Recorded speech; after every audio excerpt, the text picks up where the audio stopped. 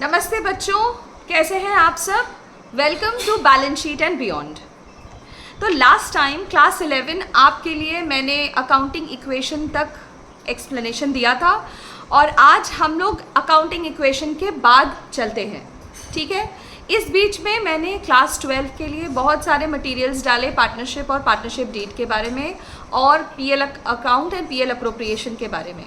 पर इस बीच क्लास 11 के बहुत सारे वीडियोस रह गए। बीच में काफ़ी सेलिब्रेशन वगैरह भी हो गया, होली का त्यौहार भी था और इन सब में मैं इतना उलझ गई कि 11 के लिए और वीडियोस हम नहीं बना पाए। तो चलिए आज शुरू करते हैं क्लास 11 के बेसिक कॉन्सेप्ट्स।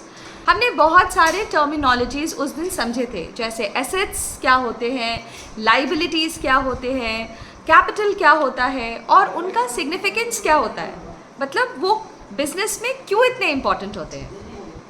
आज हम समझेंगे अकाउंटिंग इक्वेशन क्या होता है। अगर आप सभी ने एक छोटा सा बैलेंस शीट उठाकर देखा होगा तो आपने ज़रूर देखा होगा कि एक साइड में एसेट्स होते हैं और एक साइड में लाइबिलिटीज़ होती है। ठीक है, आपके राइट हैंड साइड में, जो मेरा अभी लेफ्ट है, आपके राइट हैंड साइड में एसेट्स दिखता होगा और आपके लेफ्ट हैंड साइड में लाइबिलिटीज़ दिखते होंगे। अब इसे बैलेंस शीट क्यों कहते हैं? क्योंकि एसेट्स और लाइबिलिटीज़ दोनों ही बैलेंस्ड होने चाहिए। एक बिजनेस में एसेट्स और लाइबिलिटीज़ के बैलेंस होने का मतलब ही होता है कि आपके अकाउंट्स में बैलेंस है और आपके बिजनेस में भी। तो चलिए अकाउंटिंग इक्वेशन समझते हैं। अकाउंटिंग इक्वेशन बहुत ही सिंपल है। जितने भी हमारे एसेट्स हैं, चाहे वो फिक्स्ड एसेट्स हों चाहे वो करंट एसेट्स हों। अब फिक्स्ड एसेट्स क्या होते हैं, करंट एसेट्स क्या होते हैं, वो मैं सारी चीज़ें आपको पढ़ाऊंगी। पर पहले हम समझ लेते हैं कि हमारे सारे एसेट्स का टोटल और सारी लाइबिलिटीज़ प्लस कैपिटल का टोटल, यही है बैलेंस शीट और यही है अकाउंटिंग इक्वेशन। अकाउंटिंग इक्वेशन, पहले तो बताइए इक्वेशन क्या होता है। जब आप दो चीज़ों को इक्वेट करते हैं, दो चीज़ों के बीच में समानता स्थापित करते हैं, तो यहाँ पर हम भी कुछ समानता स्थापित कर रहे हैं। क्या समानता है? असेट्स और लाइबिलिटीज़ दोनों समान समान होंगे। ठीक है, तो अकाउंटिंग इक्वेशन का जो फॉर्मूला है वो है assets equals to liabilities plus capital.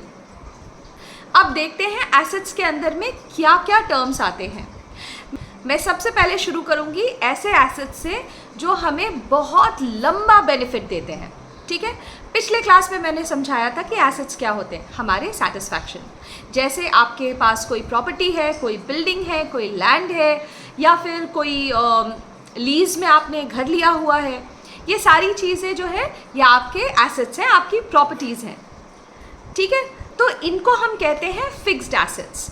Fixed assets वो एसेट्स होते हैं जिनकी उपयोगिता या जिनका बेनिफिट हमें बहुत लंबे समय के लिए मिलता है। अगर शॉर्ट में कहें तो 1 साल से ज़्यादा तक का बेनिफिट देने वाला हर वो एसेट फिक्स्ड एसेट होता है। ठीक है, तो फिक्स्ड एसेट्स का डेफिनेशन कैसे याद करेंगे? An asset that will give me a benefit more than 1 years, that is a fixed asset. जैसे कि बिल्डिंग आज है, कल टूट जाएगा? नहीं ना, वो तो रहेगा बहुत सालों तक। आपके पास लैंड है, आपके पास फैक्ट्री है, वर्कशॉप है, या फिर आपके पास कोई व्हीकल है, कोई मोटर वैन है, या फिर आपके पास लाइव स्टॉक है, आपके पास गोट्स है, काउज है, शीप है जिनका वुल रियरिंग करते हैं आप। ये सारी चीज़ों को हम लाइव स्टॉक बोलते हैं और लाइव स्टॉक भी हमारा फिक्स्ड एसेट है। ठीक है, अब चलते हैं फिक्स्ड एसेट के अलावा और क्या क्या एसेट्स होते हैं। तो फिक्स्ड एसेट के अलावा एक और कैटेगरी होता है, वो है करंट एसेट्स। अब नाम से ही आपको पता चल रहा है कि करंट एसेट क्या होता है। करंट एसेट का मतलब जो हमें बेनिफिट करंट ईयर में देता है, मतलब जिस अकाउंटिंग ईयर के लिए हम अकाउंट्स बना रहे हैं या बैलेंस शीट बना रहे हैं, उस अकाउंटिंग ईयर में अगर हमें उस एसेट से बेनिफिट मिलता है तो वो होता है करंट एसेट। अब एग्जाम्पल के लिए ले लेते हैं। सबसे पहला करंट एसेट क्या हो सकता है? हमारा जो स्टॉक है। मान लीजिए आपका पंखे का बिजनेस है। ठीक है, आपके पास गोडाउन में ईयर एंड में बहुत सारे पंखे रखे हुए हैं। ठीक है, जिनका वर्थ है 40,000 रुपीज़। ओके, ये 40,000 रुपीज़ का जो स्टॉक आपके गोडाउन में पड़ा हुआ है, ये आपका स्टॉक इन हैंड है, ठीक है। तो यहाँ से हम कुछ टर्मिनोलॉजीज भी समझ जाएंगे। इसको हम स्टॉक इन हैंड भी बोलते हैं, इन्वेंट्री बोल सकते हैं, या क्लोजिंग स्टॉक भी बोल सकते हैं। तो ये जो क्लोजिंग स्टॉक है, ये क्या है? ये मेरा एक करंट एसेट है। क्यों? क्योंकि ये एसेट बहुत दिनों तक चलने वाला नहीं है। आज है, हो सकता है 1 महीने के अंदर ये सेल हो जाएगा, ठीक है। तो ये एक करंट एसेट हुआ। अब आते हैं दूसरे करंट एसेट पे, वो है डेटर्स। डेटर्स क्या है? वो भी एक तरह के करंट एसेट हैं। डेटर्स होते क्या हैं? जिनसे हमें पैसे मिलने वाले हैं। अब मुझे कोई पैसे क्यों ही देगा? हमारा पंखे का बिजनेस है। जब हम पंखे को सेल करेंगे, ज़रूरी नहीं कि तुरंत मुझे पैसे आ जाए। कुछ लोग होंगे जो उधार पर सामान लेंगे। वो लोग जो हमसे उधार पर सामान ले जाते हैं, उन्हें हम डेटर्स कहते हैं, क्योंकि फ्यूचर में उनसे हमें पैसे मिलने वाले हैं, ठीक है। तो डेटर्स वो लोग हैं who owe us money because we have sold goods to them, ठीक है। अब ये डेटर्स करंट एसेट क्यों है? क्योंकि ये जो डेटर्स हैं, ये एक तरह का सेटिस्फैक्शन है कि हमें पैसे मिलेंगे फ्यूचर में, ठीक है। अब ये करंट इसलिए हैं क्योंकि डेटर्स यूजुअली आपको 1, 2 या 3 महीने के अंदर पेमेंट कर देते हैं, इसीलिए ये है करंट एसेट। अब तीसरे करंट एसेट और बहुत इंपॉर्टेंट करंट एसेट पे चलते हैं, वो है हमारा बैंक और कैश। बैंक में आपने जो पैसे रखे हैं, आपके बैंक में जो पैसे जमा है, वो आपका करंट एसेट है, क्योंकि वो आप जब चाहें उसको यूज़ कर सकते हैं, इसीलिए वो करंट एसेट है। अगेन शॉर्ट टर्म बेनिफिट मिलता है उससे। सिमिलरली आपके गले में या आपके दुकान पर या आपके फैक्ट्री में जो हार्ड कैश रखा हुआ है, जिसे हम कैश इन हैंड बोलते हैं, कैश इन हैंड भी हमारा करंट एसेट है। इसके अलावा और भी बहुत सारे तरह के करंट एसेट्स होते हैं जो हम धीरे धीरे पढ़ेंगे। जैसे अगर मैंने कुछ एक्सपेंसेस समय से पहले ही कर दिए, जिनको हम कहते हैं प्रीपेड एक्सपेंसेस। जैसे हमें रेंट पे करना है और हमें 3 महीने का रेंट पे करना है, पर हमने क्या किया, हमने पूरे साल भर का रेंट पे कर दिया। इसे क्या कहते हैं? Prepaid expenses. एक ऐसा एक्सपेंडिचर जो हमने समय से पहले ही कर दिया, वो अक्रू ही नहीं हुआ, ठीक है। इसे हम बोलते हैं प्रीपेड एक्सपेंसेस, और ये भी एक करंट एसेट है। अब ऐसा भी हो सकता है कि कुछ ऐसा इनकम है जो हमें मिलने वाला था पर अभी तक मिला नहीं है। जैसे हमें कुछ कमीशन मिलने वाला था, वो कमीशन अभी तक आया नहीं है। वो हो सकता है नेक्स्ट मंथ में या उसके बाद वाले मंथ में आए, तो इसको हम बोलते हैं अक्रूड इनकम। तो अक्रूड इनकम भी क्या है? ये भी एक तरह का करंट एसेट है, ठीक है। इसके अलावा बहुत सारे ऐसे फिक्स्ड एसेट्स, करंट एसेट्स होते हैं जिनके नाम अभी मैंने डिस्कस शायद नहीं किए हों।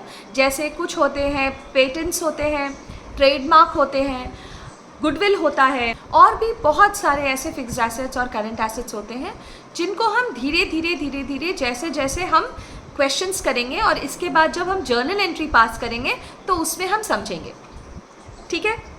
अब आते हैं लाइबिलिटी साइड में। लाइबिलिटी के साइड में सबसे पहला लाइबिलिटी होता है कैपिटल।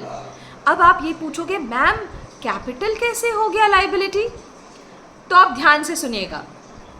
इसे हम कहते हैं सेपरेट एंटिटी कॉन्सेप्ट, जो हम चैप्टर 2 में थ्योरी बेस ऑफ अकाउंटिंग में पढ़ेंगे। According to this concept, businessman और उसका बिजनेस दोनों ही सेपरेट एंटिटी होते हैं। इसका मतलब क्या कि कंपनी या कोई फर्म है, उसका अपना एक सेपरेट एग्जिस्टेंस है। तो अगर मैं उस कंपनी की ओनर हूँ या मैं उस फर्म की ओनर हूँ और मैंने उस फर्म में पैसे लगाए हैं, तो फर्म के लिए वो एक लाइबिलिटी है। बहुत ज़रूरी है ये समझना कि बिजनेसमैन और उसका बिजनेस, ये दोनों बिल्कुल ही अलग अलग एंटिटीज़ हैं, और इसीलिए कैपिटल सबसे पहला लाइबिलिटी है, ठीक है। अब हम बाकी लाइबिलिटीज़ पे चलते हैं। दूसरा लाइबिलिटी होता है हमारा लॉन्ग टर्म लाइबिलिटी। ऐसा एक हेडेक जो बहुत लंबे समय तक चलने वाला है। जैसे मैंने कोई बैंक से लोन लिया, बैंक लोन, और अगर वो बैंक लोन मान लीजिए 5-6 साल का है या 10 साल का है और बहुत बड़ी रकम की लोन है, वो आ जाता है हमारा लॉन्ग टर्म लाइबिलिटीज़ में। और इसके अलावा शॉर्ट टर्म लाइबिलिटीज़ को हम बोलते हैं करंट लाइबिलिटीज़। जैसे हमारा एसेट साइड में करंट एसेट था, वैसे ही यहाँ पर हो जाएगा करंट लाइबिलिटीज़। अब करंट लाइबिलिटीज़ में क्या क्या हो जाते हैं, वहाँ वो लोग जो मुझे पैसे देने वाले थे, यहाँ पर करंट लाइबिलिटीज़ में वो लोग जो मुझसे पैसे लेंगे या फिर हमें उनको पैसे देने हैं, उन्हें हम बोलते हैं क्रेडिटर्स। क्रेडिटर्स का मतलब क्या, तो जब हम किसी से परचेज करते हैं और उनको पैसे वापस नहीं देते तो वो लोग हमारे क्रेडिटर्स हो जाते हैं। ठीक है, तो हमारे क्रेडिटर्स क्या हो गए, हमारे करंट लाइबिलिटीज़। इसके अलावा बहुत सारे ऐसे करंट लाइबिलिटीज़ हैं जो हम बैलेंस शीट में देख सकते हैं, जैसे बैंक का ओवरड्राफ्ट। अभी बहुत सारे बैंक्स में ना ओवरड्राफ्ट की फैसिलिटी होती है। अगर आपके अकाउंट में पर्याप्त बैलेंस नहीं है, इनफ बैलेंस नहीं है, आप उस बैलेंस के ऊपर भी विड्रॉ कर सकते हैं और उसे हम बोलते हैं ओवरड्राफ्ट।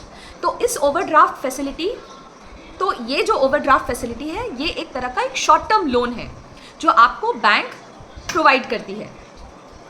इसके अलावा और भी बहुत सारे करंट लाइबिलिटीज़ हैं, जैसे outstanding expense, income received in advance. रुकिए, मैं सब समझाऊंगी पर धीरे धीरे। आउटस्टैंडिंग एक्सपेंसेस का मतलब होता है ऐसे एक्सपेंसेस या ऐसे खर्चे जो मुझे करने थे पर हमने किए नहीं। और इनकम रिसीव्ड इन एडवांस, ये लाइबिलिटी क्यों है, ये तो अच्छा हुआ ना हमें पैसे मिल गए। नहीं, ये लाइबिलिटी इसलिए है क्योंकि जब पैसे मिलने वाले होते तब नहीं मिल करके मुझे आज ही मिल जा रहे हैं, तो हमने एडवांस में अपना इनकम ले लिया।